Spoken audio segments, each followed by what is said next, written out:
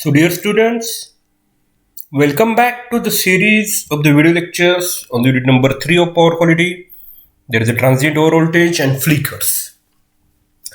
In the last video, we have discussed about the different sources of the voltage transient.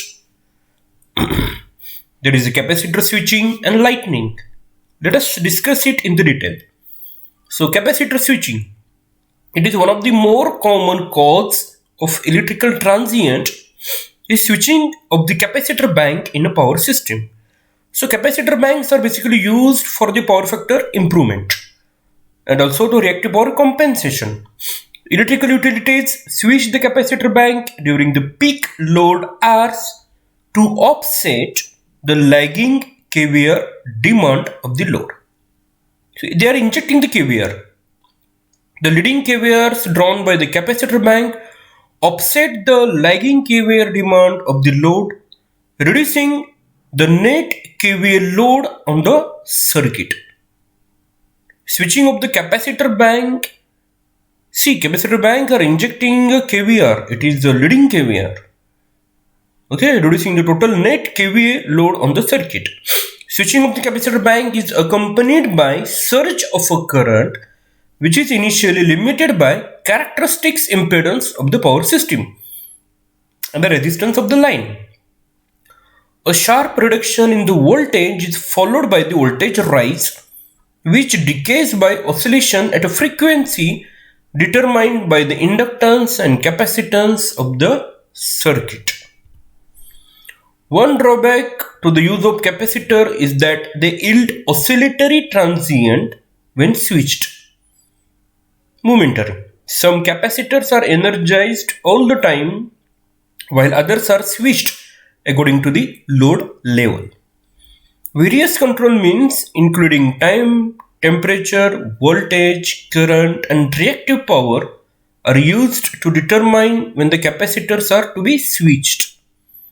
It is common for controls to combine two or more these functions such as temperature with voltage override. Typically, the voltage rise due to the capacitor switching operation can attain values 1.5 to 2 times the nominal voltage. One of the common symptoms of the power quality problems related to the utility capacitor switching over voltage is that the problem appear at nearly the same time each day. On distribution feeders with the industrial loads connected to it, capacitors are frequently switched by the time clock in anticipation of an increase in a load with the beginning of the working days. Common problems are adjustable speed drives, trips, and malfunctioning of other electronically controlled load equipments. So figure shows the single line diagram of a typical utility feeder capacitor switching situation. So substation is there with AC source, then there is monitored location, feeder impedance, and there is switched capacitor bank. Next is the lightning. So lightning is a powerful source of impulsive transient. We will concentrate on how lightning causes transient over voltages to appear on the power system. Possible lightning strike locations where lightning impulses will be conducted into the load facilities.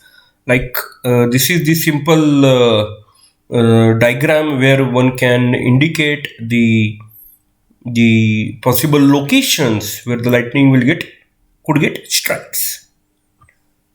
We shall discuss now the principles of the overvoltage protection.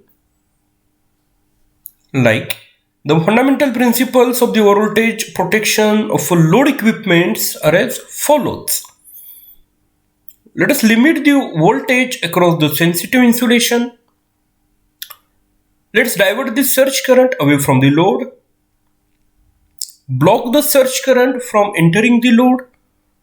Bond grounds together at the equipment, proper grounding. Reduce or prevent the surge current from flowing between the grounds. create a low pass filter using limiting and blocking principles. So all these six are the principles of the over voltage protection. With the help of these principles, one can design the protection scheme against these over voltages, transient over voltages, and obviously at the end it's a flicker. So this is a simple demonstration of the principle of over voltage protection, like a power source, low pass filters used, sensitive loads connected, lightning surge current, lightning arresters are used. They are diverting that surge current to the ground without passing it to the electrical sensitive equipments. Okay. So we shall discuss this demonstration in the next class.